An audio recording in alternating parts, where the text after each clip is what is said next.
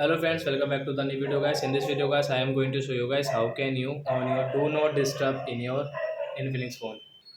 So friends, now let's see how to on do not disturb in our Infinix phone guys. In this video guys, I will show you friends.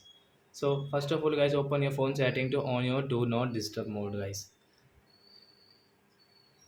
After on setting guys, what will you have to do guys, you can see guys this type of settings. So guys, you can see guys your sound and vibration setting. So guys, click on your sound and vibration setting guys, tap here and guys scroll it. Then guys, you can see your do not disturb. So guys, tap here, then guys you can on your do not disturb. Do not disturb will stay on until you turn it off, and guys you want to off it, so guys you can off. After on guys, you can see this icon on your screen guys.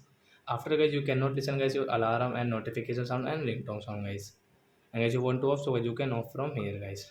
So I hope friends you have understood how to on do not disturb and guys how to off it in our Infinix phone. So that's it guys, thanks for watching. So guys, now we will meet on next video guys with new topic. Before going guys, please go and like my video, subscribe my channel. Bye bye.